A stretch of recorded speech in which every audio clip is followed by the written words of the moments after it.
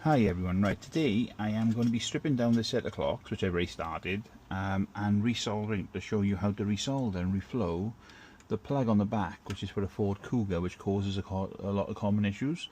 Once I finish stripping it down, I will start recording again and splice it in. But basically what we're going to do is I like to use masking tape and put it here and mark it and then pull off the needles. So yeah, I will reattach the video once it's all done. I don't like recording while I'm doing it because I'm trying to concentrate and I don't think it'd make much of a good show. So I shall be back. Okay, by here you can see I have the board apart, and what's smoking there is the flux I put down on it. Now when you do this, you need to push the plug in and then touch up all of the solder points, or remove all of the solder points and resolder the plug. Now at this point it looks very straightforward, and I didn't catch as much as I wanted to. I had to blur out certain parts because the customer came up to talk to me, and obviously I haven't asked him if it's okay for me to record him to go online. I'm sure it would be fine, but obviously I don't want you in the private conversations we had either.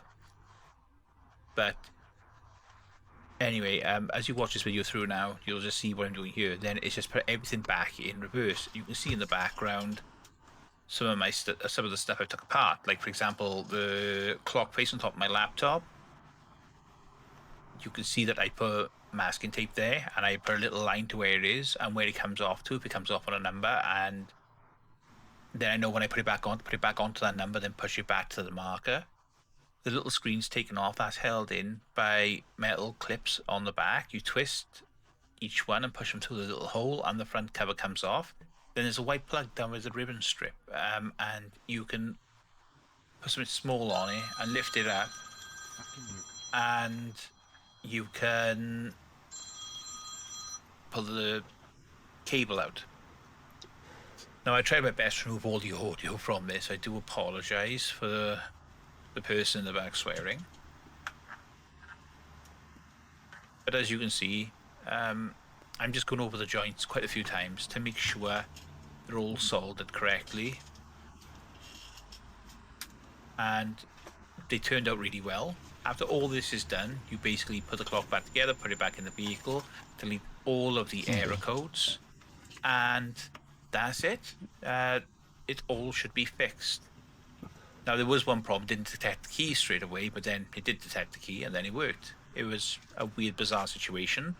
He's going to keep me updated to make sure everything is fine. I mean, obviously, if the fix doesn't work, then what I'll end up doing is coding in a new set of clocks for him.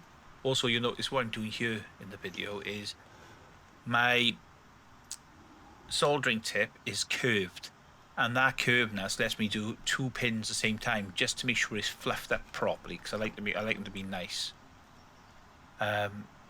So yeah, I do apologize for that. It's not the best of videos at the moment, but it will get better, I promise you. I was just getting used to the glasses I was using.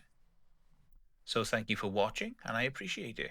Also, please like and subscribe. It does help videos get better, and there's a lot more coming.